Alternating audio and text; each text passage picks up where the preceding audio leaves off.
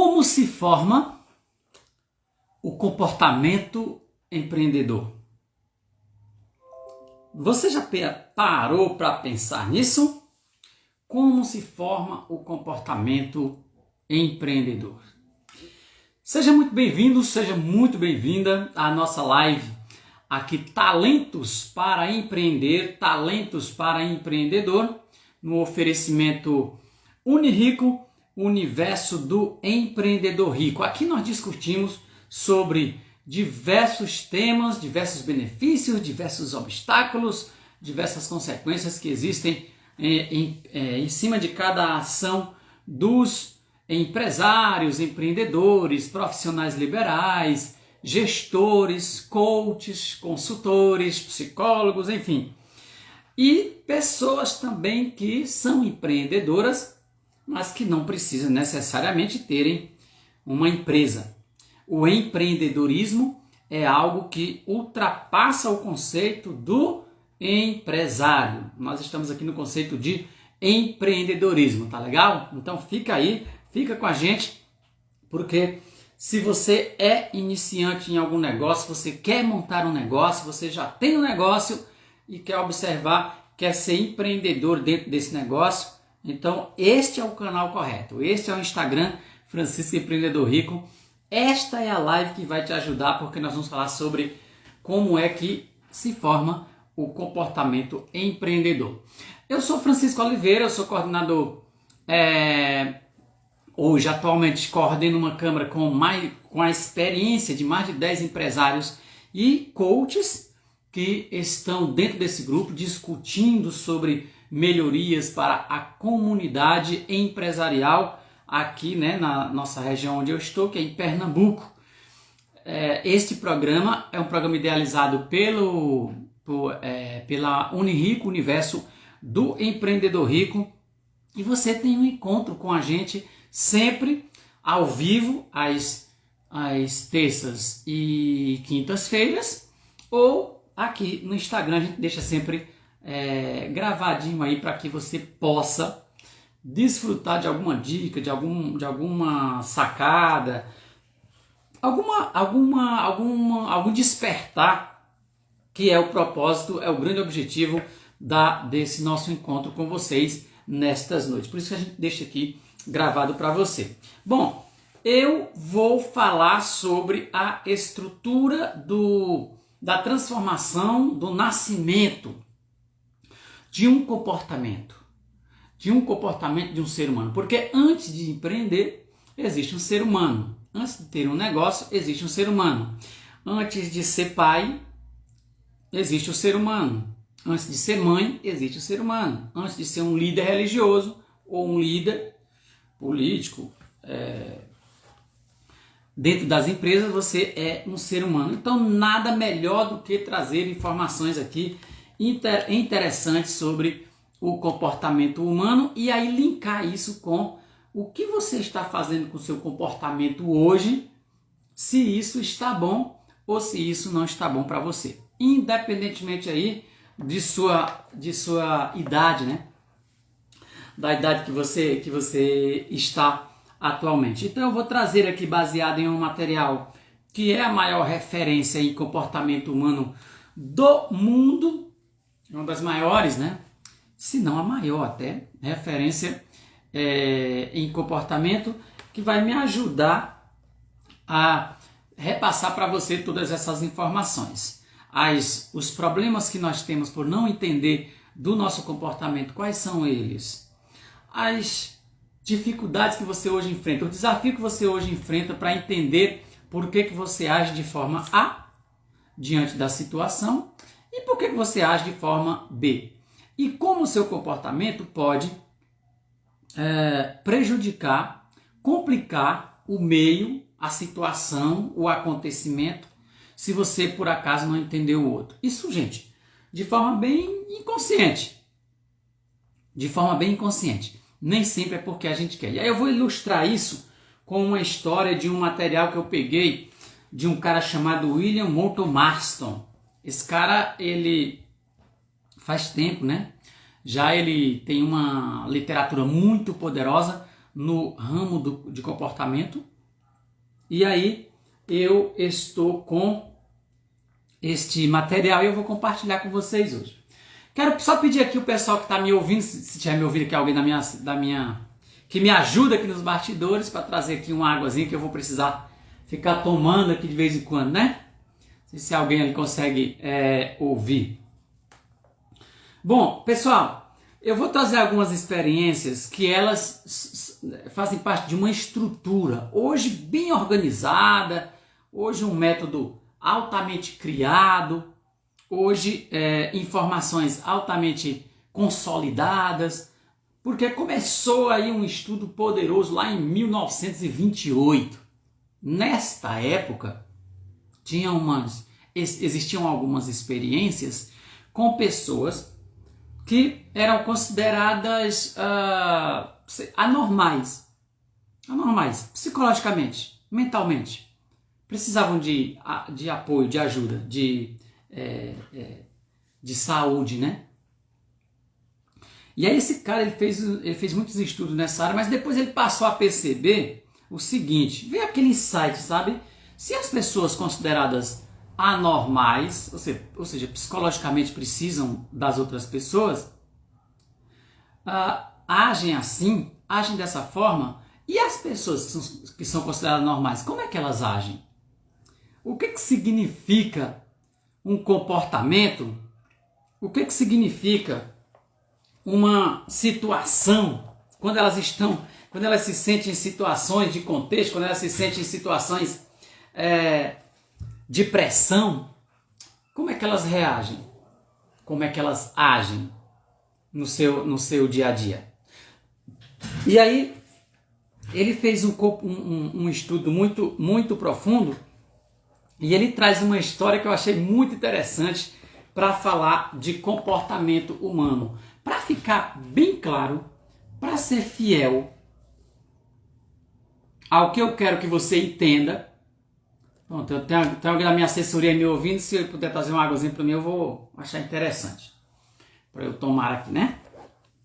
E aí, para ser fiel, eu vou trazer para vocês essa história exatamente como o William Moulton Marston, que é esse psiquiatra, um pesquisador da Universidade de Harvard, ele fez, que eu acho que dá para entender muita coisa do ponto de vista de ser humano, e logo em seguida eu vou te ensinar, te dizer como é que faz para usar isso no seu dia a dia em negócios também. Legal? Bom, ele simulou, fez um desenho, fez um teatrinho considerando, imaginando um assalto em um banco.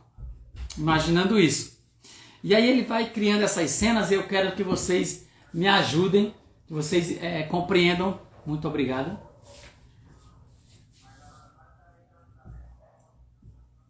O desenrolar dessas cenas. Fique ligado que você vai precisar para entender. O desenrolar dessas cenas. Eu vou ser bastante fiel aqui ao texto. Olha. Ele falou o seguinte. Chegou um grupo, chegaram diversas pessoas, diversos assaltantes no banco.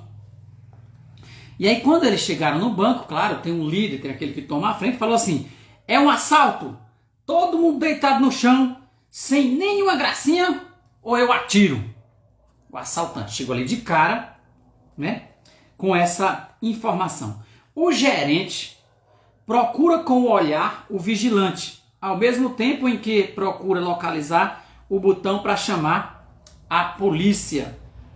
É só dar mais 3 passos e ter acesso ao botão. Poderá ir andando devagarzinho e eles nem perceberão, os bandidos, nem perceberão esse movimento. Sua mente raciocina rápido, enquanto o olhar cobre toda a situação que está acontecendo depois do anúncio de assalto lá pelo traficante. Isso o gerente, tá? A caixa, deitada no chão, treme de medo. E agora? Quem serão estes encapuzados? Ficou se perguntando ali mentalmente a caixa daquele banco. Ela temia que o gerente se metesse a fazer alguma coisa numa situação como aquela. Ele sempre foi muito destemido, talvez ninguém saia vivo dali. Pensou a Caixa. E ela começou a imaginar o seu corpo baleado, os policiais indo até sua casa dizer aos seus pais que ela havia morrido em um tiroteio durante um assalto de bancos. Chegou a sentir o gosto do sangue na boca. As suas extremidades estavam frias, de olhos fechados, não prestava mais atenção ao que se passava naquele ambiente ali à sua volta. Rezava e pensava, vamos todos morrer, meu Deus do céu. Esse foi o tumulto todo daquela Caixa. A secretária, deitada no chão, arriscou abrir o olho e viu uma velhinha, quase colada a ela, tremendo. E bem devagar, ou devagarosamente, arrastou sua mão até poder colocá-la sobre a mão daquela velhinha. A velhinha abriu os olhos e viu a secretária com aquele movimento em cima da mão dela, como que acalmando-a. A secretária piscou o olho e a velhinha, entre lágrimas, fez um ar de sorriso. No assalto ao banco, a secretária agiu assim. O caixa colocava o dinheiro, que era outra pessoa. Nesta mesma ocasião, o caixa colocava o dinheiro no sacolão do assaltante metodicamente, com cuidado, para fazer exatamente tudo que que os assaltantes tinham pedido. Sem erros, não podia errar. E naquele momento o assaltante falou assim, para o caixa: rápido, não precisa arrumar, seu idiota, é só jogar aí dentro. Tá ganhando tempo, é? O que tu tá querendo com isso? Pra que essa tranquilidade toda? Deu uma bronca no caixa naquele dia, né? E o caixa, claro, nessa situação toda, calado, continuava colocando o dinheiro na sacola dos assaltantes e arrumando bem direitinho, apressando um pouco a sua ação, claro, por causa da pressão que os assaltantes estavam dando nele.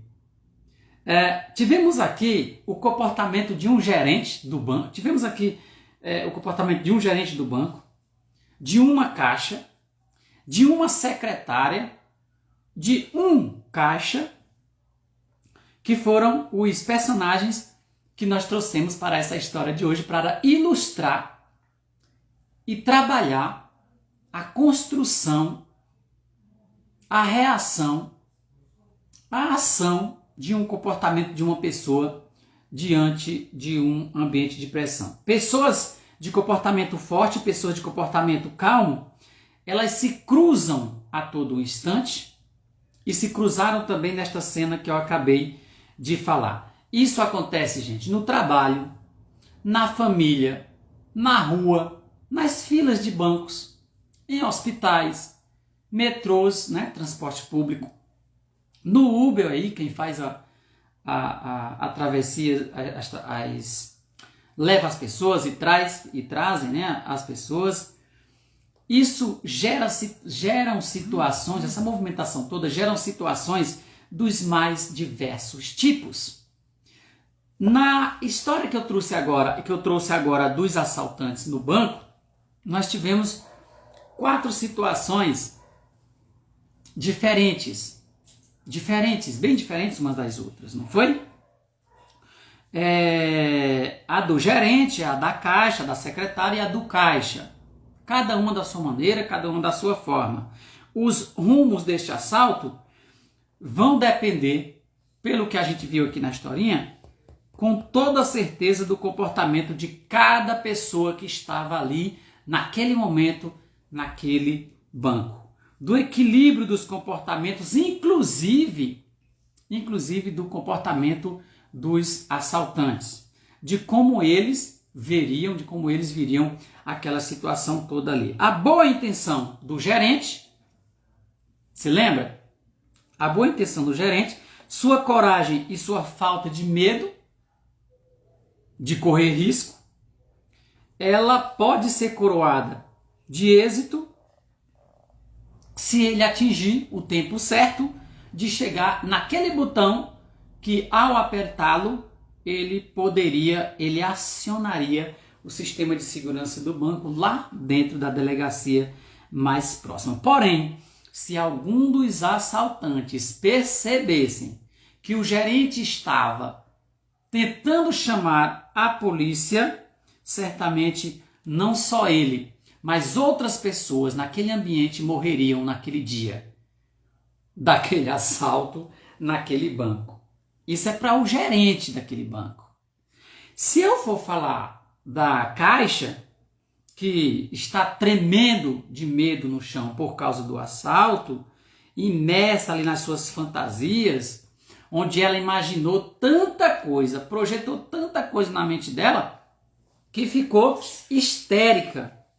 Ela poderia, entrando em uma situação de gritaria por causa do medo, por causa da quantidade de imaginação que passaram pela cabeça dela, ela poderia explodir ali dentro daquele ambiente. Perdeu o controle total de medo, porque ela sentiu, a história diz que ela sentiu até o gosto do sangue, imaginando que depois daquele assalto, imaginou a polícia indo na casa dos pais dela, dizer que ela tinha morrido no assalto, né? E aí ela imaginou o velório, imaginou o enterro, imaginou tudo. Chega a sentir o sangue, o gosto de sangue na boca. Então olha só o comportamento dessa pessoa.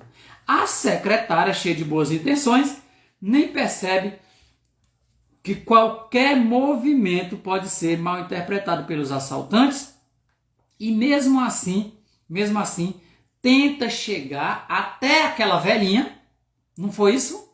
Ela tentou chegar até aquela velhinha para consolar aquela velhinha.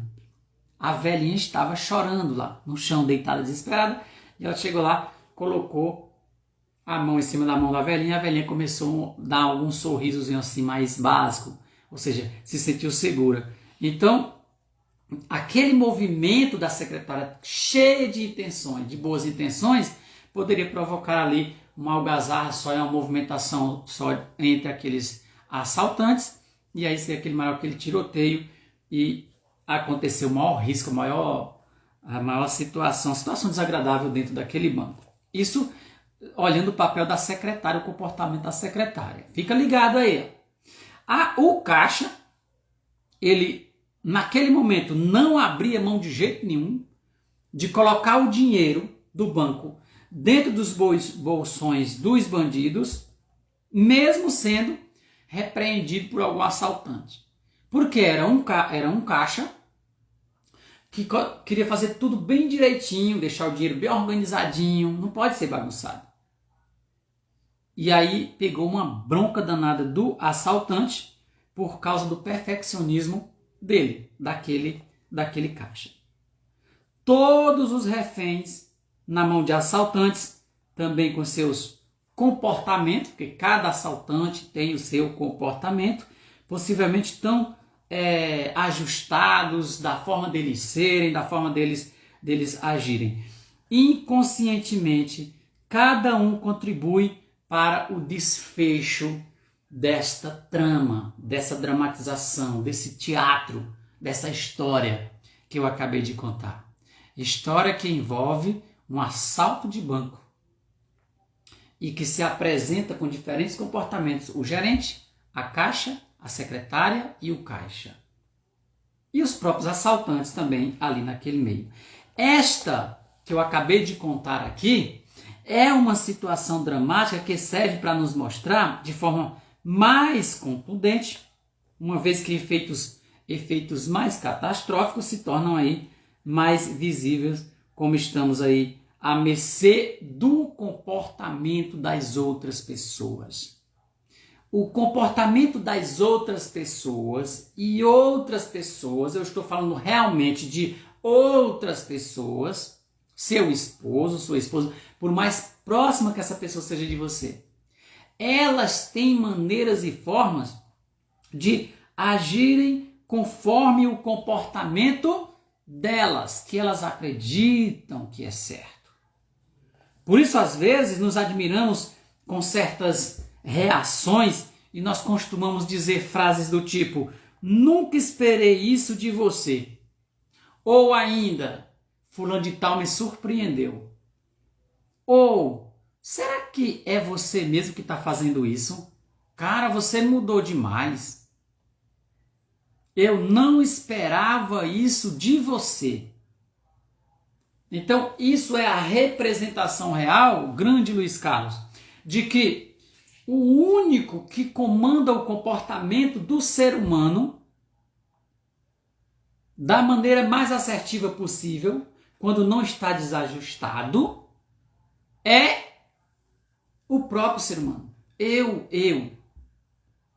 sou o único que, se não tiver desajustado em meus comportamentos, eu sou o único que posso me entender, que posso me compreender. Na live de terça-feira, nós informamos que quanto mais a gente aprende, menos a gente depende. Quanto mais a gente se conhece, mais poderoso a gente fica. Mais humilde, mais compreensivo, mais fechador de negócios, mais líder de equipe. Sim. Para conhecer o outro, você precisa ter um alto grau, um alto nível de conhecimento de si mesmo, Então, quando nós estamos envoltos em ambientes, em um contexto, a gente não consegue medir, por mais que tente, por mais que imagine, por mais que acredite que esteja prevendo, a gente não consegue saber o que vai sair da ação do outro, da boca do outro, da cabeça do outro. Por quê? Porque é o outro. Então, o comportamento humano, ele vai se formando, e eu vou dizer agora, eu vou dizer, segura aí, eu vou dizer os 3 pontos que formam o comportamento humano, porque agora que você está entendendo, que você entendeu que você está em um contexto onde o que os outros fizerem pode lhe alcançar, o que você fizer pode alcançar o outro. Mas você nunca pode prever exatamente o que o outro diz. Ao insultar alguém no trânsito, trazendo esse exemplo aqui, ao zombar de alguém no colégio, na rua, ao reclamar de um colega seu no trabalho, ao fazer isso, nós não estamos percebendo qual o tipo de pessoas que nós estamos lidando. Não dá para saber, pessoal. Não é assertivo acreditar que a gente consegue saber isso, tá? Nós não estamos muitas vezes percebendo o perigo que tem do outro lado, porque a gente não entende o outro lado, a outra pessoa, que também tem o comportamento dele formado, de tal forma que eu vou explicar aqui agora. É verdade que o comportamento não está escrito na testa de ninguém, na testa dessas pessoas. A gente não sabe quem é valente, quem é reativo, quem pode me prejudicar na mesma hora, a gente não sabe. A gente não sabe disso porque não está escrito na testa delas. Porém, ela dá muitos sinais, muitas dicas, ela emite isso.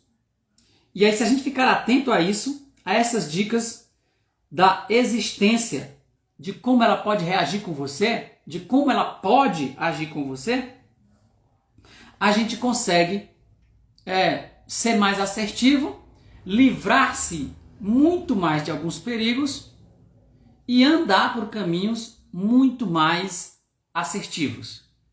Por quê? Porque eu considero que o outro é o outro.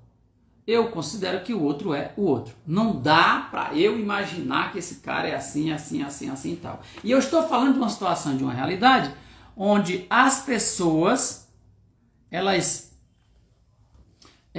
dentro do próprio contexto, dentro do ambiente de pressão que ela está, elas agem de diversas maneiras e de diversas formas. Diz que o que faz um cachorro morder um ser humano, o que faz um cachorro morder um ser humano, de maneira mais agressiva, mais forte, é ele ficar enquadrado em um ambiente que ele não pode fugir. Então o único local que ele pode fugir, se você enquadrar um cachorro em paredes, em cantos, né? Imagina, você enquadra ele ali naquele momento, ele não pode fugir. Então a única coisa que ele pode fazer é passar por cima de você, mordendo você para poder fugir, para poder ir embora. O ser humano, ele se apresenta de forma muito diferente quando ele se encontra em um ambiente parecido com esse. Nessa história aqui, que Maston contou do assalto, dos assaltantes que chegam em um banco, foi uma ilustração perfeita. O gerente, altamente destemido, corajoso, ali naquele ambiente, querendo dar uma de herói. Se ele desse uma de herói ali, ia ser bala para todo lado e atrapalhar todo mundo. E o gerente não queria que um negócio desse acontecesse. Mas era possível. A caixa do banco, toda cheia de projeção de coisas que não ia acontecer ainda. E aí, por causa disso, ela poderia se desesperar, gente. Se ela se tornasse ali uma histérica nos comportamentos dela. Gritasse, falando, vou embora, fugia de medo, porque já sabia que ia morrer mesmo. Porque está só na cabeça dela, ela não morreu. Mas ela agiria assim, colocaria todas as pessoas daquele banco em perigo. E o secretário, né, o tesoureiro lá do banco, o caixa do banco, colocando o dinheiro no saco dos assaltantes de maneira muito organizada, pegou uma bronca dos assaltantes, porque, os assaltantes pensavam que o cara estava colocando devagarinho para não colocar o dinheiro todo de uma vez e para dar tempo para a polícia chegar. Foi isso que entrou na cabeça do assaltante. E o assaltante meteu-lhe a bronca. Seu idiota, bota esse dinheiro aí rápido, tu tá ganhando tempo, para a polícia chegar e tal. Não era. É porque tem gente que quer fazer tudo nos mínimos detalhes.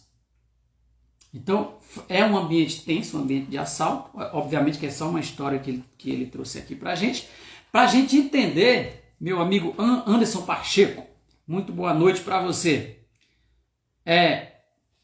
O que ele quer que a gente entenda, quer que a base do nosso comportamento advém de algumas situações, de alguns meios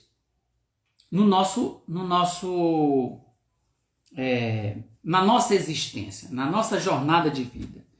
Esses meios estão entre eles. Fica muito ligado nisso aí. Estão entre eles a composição genética. Por que essas pessoas agiram daquele jeito lá? Elas não agiram porque a composição do comportamento dela é um só. Não, elas agiram porque a composição do nosso comportamento passa por 3 etapas. Esse código genético, que somados aí aos aprendizados do meio, ao que você lê, ao que você estuda, ao que você consome, tudo isso conta e tudo isso vai direcionar o comportamento da pessoa na trajetória da sua vida. Quando essas 2 forças se unem, que é o código genético e o meio, as experiências pessoais, estas experiências aí que você tem na escola, você tem no trabalho, você tem no que você vai escutando do seu pai, da sua mãe, essas experiências aí, a gente está chamando elas de experiências pessoais. Beleza? Para você entender. Elas entram em você depois que você nasce e vai tendo sua educação formal e informal aí no seu dia a dia. São 3 coisas formam o comportamento humano. Uma é a genética, não tem jeito, você está ligado nisso, você está com isso dentro de você. Gente, entenda isso para você entender em que ponto isso se transforma nas habilidades empreendedoras. E quando é que eu transformo isso? Quando é que ela aparece como um item de transformação para as habilidades empreendedoras? Então, quando essas forças se unem, elas vão direcionar a pessoa, o ser humano. Que forças? Corrente hereditária e experiências pessoais.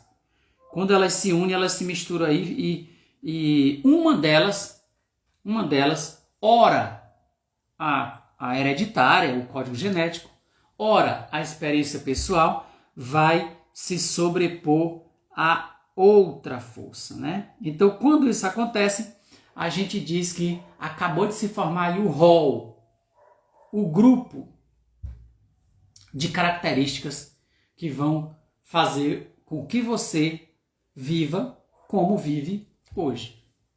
A junção das duas coisas formam todas as características que você tem hoje, as habilidades que você tem hoje, o comportamento que você tem hoje, os talentos que você tem hoje, nascem da junção dessas duas coisas. Se você der asas às correntes hereditárias, que vêm exatamente da genética dos seus pais, do seu pai, da sua mãe, ela vai se sobrepor. Se você aprender a trabalhar isso e inserir no seu dia a dia as outras forças, que é a força de experiências pessoais, então você vai ter uma mudança no pontinho da sua linha diferente dos seus pais. Você vai passar a fazer coisas que os seus pais não fariam. Sua mãe não faria, seu pai não faria. Você deu um upgrade na jornada aí da sua família. Você é o filho e a filha que se destacou, que é diferente do que o teu pai, o teu avô fazia. Mas você não foge completamente. Segura essa daí, ó. Na formação do teu comportamento, 3 coisas acontecem. 2. As forças das correntes hereditárias, as forças das experiências pessoais, e a 3, a terceira força, ela é a força que é o resultado entre a hereditária e a experiência pessoal. Esta terceira força, essa terceira energia, elas vão potencializando o seu dia a dia. Fechado? É como se fosse, eu vou até mostrar aqui para você, um ciclozinho interessante. Tudo que eu estou falando com você agora está baseado nesse desenho aqui, ó. Esse desenho aqui, esse material aqui é muito bom para você entender. Esse desenho aqui, ele traz a hereditariedade e traz as experiências pessoais. No meio, você está percebendo uma linha cinza? Quem está acompanhando aí diz aí sim. Dá para ver? Dá, pessoal? Eu realmente não sei se dá para ver. Coloque sim aí, por favor, quem está vendo aí. Esta linha cinza entre aquela totalmente branca e aquela totalmente preta, mais escura, tem uma linha cinza. Esta linha cinza é o resultado, é o que comanda os seus comportamentos, se eles forem trabalhados. Tem muita gente por aí que é Ctrl+C, Ctrl+V dos pais, do pai e da mãe. Tem muita gente aí que é Ctrl+C, Ctrl+V dos outros. Se espelha tanto nos outros que tudo que quer fazer está se comparando com os outros. Mas fulano de tal diz que é assim. Mas o empresário tal faz assim. O pai tal faz assim. O filho da vizinha não é como você. Lá é diferente. Então tem pessoas que vivem mais experimentando influências, dicas, comportamentos, tendo como base o comportamento das outras pessoas, o exemplo das outras pessoas. E não tem nada de errado seguir o exemplo das outras pessoas, e principalmente quando esse exemplo é bom. Nada de errado, nada mesmo. Agora, tem um negocinho chamado de identidade comportamental, que aqueles que não têm um comportamento desajustado conseguem praticar. É a identidade. O que identifica José como José? O que identifica Anderson como Anderson? O que identifica Luiz Carlos como Luiz Carlos? O que identifica Francisco como Francisco? O que exatamente te identifica? Que é o que a gente chama, cada pessoa tem seu grupo próprio de talentos. E obviamente que eu acho que, não sei se você sabe disso, algumas pessoas sabem, outras pessoas não sabem, sobre a questão que muitas vezes me perguntam, tá, Francisco, beleza, mas me diz aí, esse comportamento que eu tenho hoje, as pessoas me perguntam, né? Clientes perguntam a gente, quando a gente está em alguma palestra, a gente é abordado nos intervalos, quando a gente fazia fisicamente, agora a gente faz online, mas aí as pessoas abordam a gente e dizem, mas me diz uma coisa, tudo que você está falando aí está fazendo sentido com o meu comportamento. Mas esse comportamento, Francisco, ele é ruim ou é bom? Se eu fosse dar uma resposta de cara, eu ia dizer para o cara o seguinte, não existe comportamento bom, não existe comportamento ruim, existe comportamento. Obviamente que o mais inteligente da minha parte seria, esse comportamento que você está me perguntando, se ele é bom ou ruim para você, o que você acha? Ele tem trazido a você os resultados que você quer? Ou ele tem trazido a você a ausência de bons resultados? A depender da resposta, se o cara falar, ele me traz bons resultados, eu estou muito satisfeito com ele, dá um trabalho para eu manter, mas eu estou satisfeito. Então, se você está satisfeito, é um comportamento bom. Resposta B.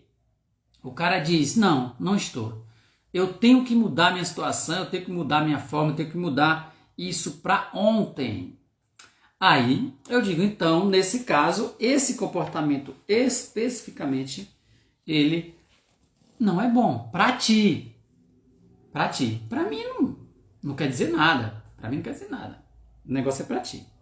Esta é a razão de a gente ter uma diversidade tão grande de talentos nas pessoas, pessoal. A questão dos 50% dos meus comportamentos vem do hereditário, 50% vem das experiências pessoais. Se você quiser entrar aqui em outros contextos, tá tudo bem. No contexto mais sociológico, no contexto mais de outras abordagens.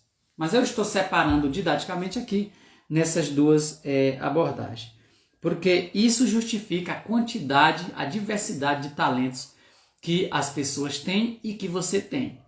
Então, ele nasce dessas três coisas e eles se transformam, eles se adaptam, eles se potencializam quando você quer fazer isso. Cara, isso é muito massa. Isso é show de bola. Imagina aí. Eu consigo dar muito mais vida a um talento meu se eu quiser e fizer o exercício da transformação de talentos. Não há como transformar talentos em algo se eu não quiser esse algo. Porque transformar talentos em resultados, você precisa ter alguma coisa que você quer ter, que você quer conquistar. A intensidade e a intenção da utilização desses talentos é que vão fazer toda a diferença, definindo aí o comportamento seu como pessoa, o comportamento seu como empreendedor. Cara, que viagem maravilhosa, que coisa impressionante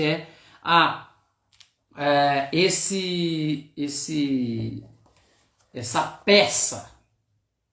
peça chamada ser humano. Essa máquina, acho que assim ficou melhor, não é só uma peça, é uma máquina, Por isso que seria importante se as pessoas ligadas aos campos da educação olhassem para esse lado e começassem a tratar as pessoas dentro de seus próprios campos comportamentais, a partir de seus próprios talentos, a partir de seus próprios propósitos. Existe uma dinâmica que é feita em grupos que ela é muito interessante. Se você tiver a oportunidade, quem é gestor, quem trabalha com grupos, precisava ser presencial, mas se não der, pode fazer também online. É só você pegar 2 vasilhames, preste bem atenção nisso, sobre a importância e o propósito dos talentos. Você pega 2 vasilhames, vamos considerar aqui como exemplo um balde de 30 litros e um copo como esse aqui.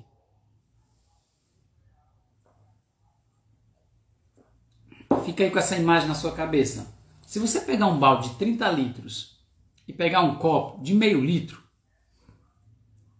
se você pega os dois, você vai entender que o balde de 30 litros pega muito mais água, vou usar água como líquido principal, do que o copo de meio litro. Vamos trabalhar com 1 litro de água. Um balde de 30 litros e 1 litro. Um vasilhame de 1 litro que cabe 1 litro de água. Se você perceber bem nas perguntas que eu vou fazer agora, qual é o mais importante desses 2 recipientes? O balde que pega 30 litros de água ou o copo, o vasilhame que pega apenas 1 litro de água? Qual seria a sua resposta? Qual é o mais importante dos 2? É o mesmo líquido, tá? Água. Tanto no balde como no copo. Eu estou com os 2 cheios. O balde de 30 litros, com 30 litros d'água, e o recipiente menor com 1 litro de água. Estou com os 2 cheios, até a tampa. Qual é o mais importante, pessoal, dos 2? Você consegue dizer? Consegue responder? Um balde de 30 litros cheio de água e um copo, um recipiente que pega apenas 1 litro de água. Qual é o mais importante dos 2? Se por acaso alguém aqui tenha dito nenhum, eu adoraria saber a tua justificativa.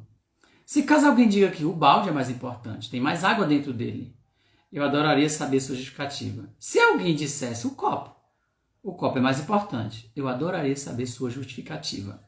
Minha resposta: nenhum é mais importante do que o outro.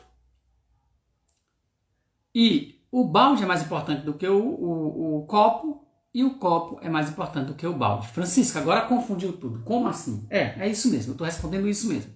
Nenhum é mais importante do que o outro.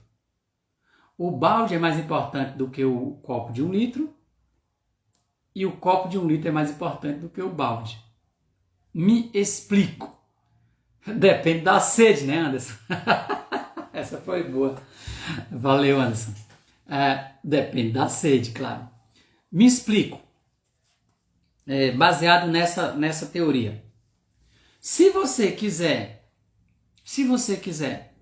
lavar uma casa, lavar o carro, imediatamente o balde vai ser mais importante do que o copo. Imediatamente o balde vai ser mais importante do que o copo. Para você lavar o seu carro, para você lavar a sua casa. Porque o propósito do balde é levar uma quantidade grande no seu conteúdo. Esse é o propósito do balde. Agora, se você está com bem pouquinho dinheiro, que dá para comprar só uma garrafinha de água de 1 litro, e o cara está lá vendendo uma garrafa de água de 1 litro, e um balde de 30 litros. Você está com sede. E o seu dinheiro só dá para comprar o copo, a garrafinha de 1 litro. O balde se torna, naquele momento, menos importante para você do que a garrafinha de 1 litro. Por quê? Porque aquela garrafinha de 1 litro, naquele momento, que é o que você pode comprar, é quem vai matar a tua sede. O propósito dela é transportar 1 litro de água. Então ela está exercendo exatamente o seu papel de transportar 1 litro e não 30. Então, isso, gente, são papéis dentro dos contextos.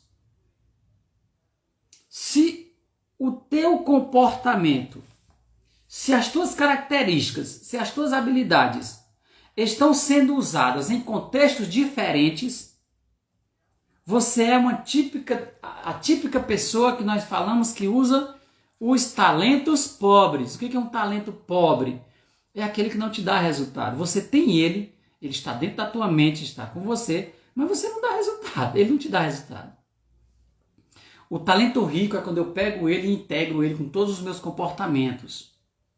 É simples assim. Vê o meu Instagram aí, pessoal. Francisco Empreendedor Rico. Para mim, no nosso entendimento aqui do outro lado, riqueza são os resultados integrados do comportamento. Então depende muito do propósito, da situação. Por isso que a gente justifica, tendo como base Marston, que não existe comportamento ruim, que não existe comportamento bom. Existe comportamento. Existem comportamentos. E eles são como são, porque você trabalha isso. Quando eu transformo isso, quando eu monetizo isso, ou seja, eu tenho um talento, eu tenho um conhecimento, eu aprendo a transformar esse talento em dinheiro, passo a sobreviver desse talento, então significa que o seu talento empreendedor está sendo transformado em empresa, em um talento empresarial, tá? Ele está te dando retorno. Quando você usa o seu talento empreendedor dentro da sua empresa, como funcionário, como gerente, dentro da sua casa, significa que você está transformando o seu talento em um talento paterno, materno, de colaborador. Então, isso faz com que nós, os seres humanos, a gente tenha essa capacidade de fato, transformar nossas características, nossas habilidades, naquilo que a gente quer. Naquilo que a gente quer. Se você sabe disso, beleza. Se você não sabe disso, beleza. A explicação é a mesma. Agora, quem sabe, quem mais entende, menos depende. Quem mais entende, menos depende. Então, avançar nisso cada vez mais para você vai ajudar muito nos seus negócios, vai ajudar muito aí na sua vida. O Marston, que é o cara que eu estou citando desde o início aqui do nosso trabalho, publicou depois essa obra, que tem quase 100 anos já de existência aí no mercado, e que dividiu ela em 4 categorias bem interessantes, toda a obra, que eu não vou entrar direitinho aqui no mérito dessa divisão que ele fez, mas eu sei que ele divide em 4 tipos diferentes de perfis, e sendo que desses 4, 2 atuam fortemente olhando o mundo como um mundo ameaçador. Quem tem um comportamento que olha o mundo como um mundo ameaçador, sempre estará ou recuando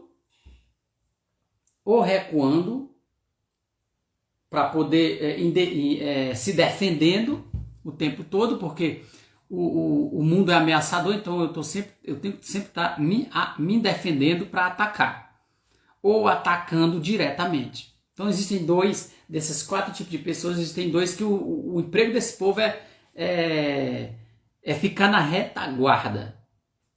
É ficar na retaguarda. Ou passar por cima de uma vez e ir embora. E tem uma outra galera que o emprego deles é ser diretamente ativo.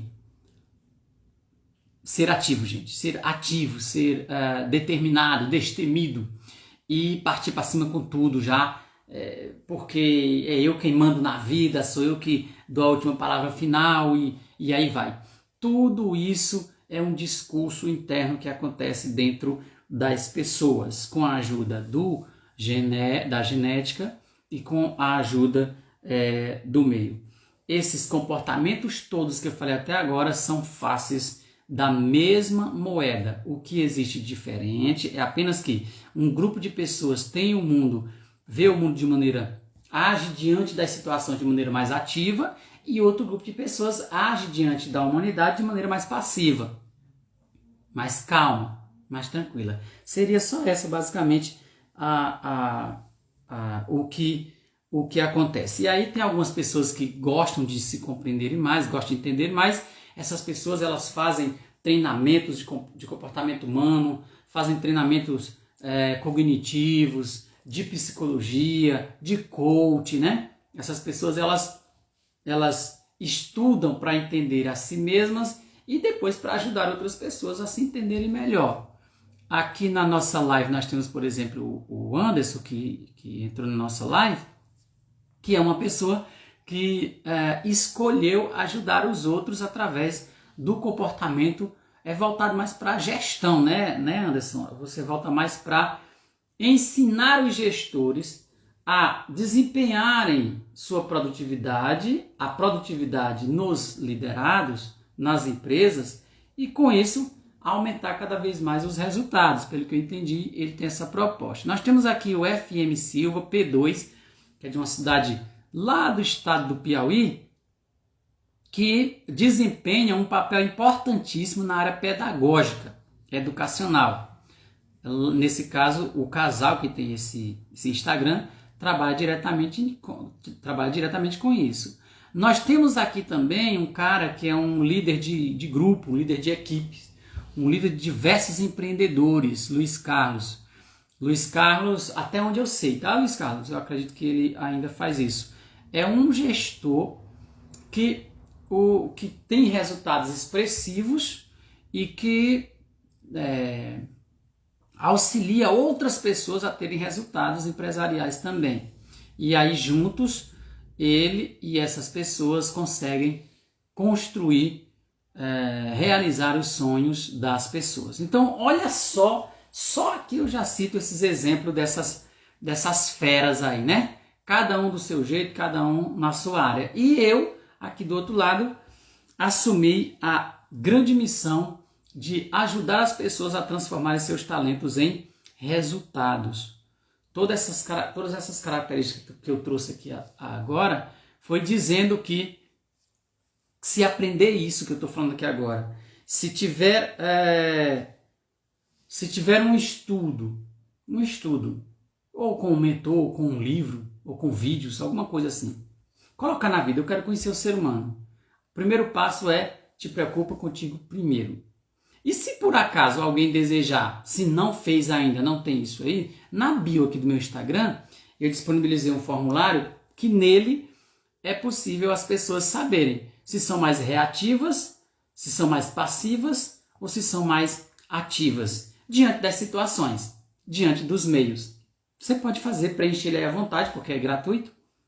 No meu site aí, na minha página, na bio do meu Instagram, tem uma página aí que você pode fazer isso tranquilamente. Dito isto, eu me despeço de vocês que ficaram aqui ao vivo, me despeço de vocês que vão assistir essa live depois gravada e digo que você tem força, você tem muita coisa boa, você tem muita potencialidade aí, assim como muitas pessoas que estão ao seu redor, que estão ao seu meio aí. Agora, ele com o mundo dele, você com o seu mundo. Não se preocupe, não se importe com a vida do outro, porque você já tem muita coisa para cuidar na sua vida. Você tem aí 4 comportamentos fortes dentro de você, brigando já para saber qual é o que vai sair. Ou dominante, ou influente, ou estável, ou conforme. Então resolve isso, cara. Depois você vai entendendo mais o comportamento da outra pessoa. Primeiro eu, primeiro a gente mesmo, tá? Quem entendeu isso, valeu.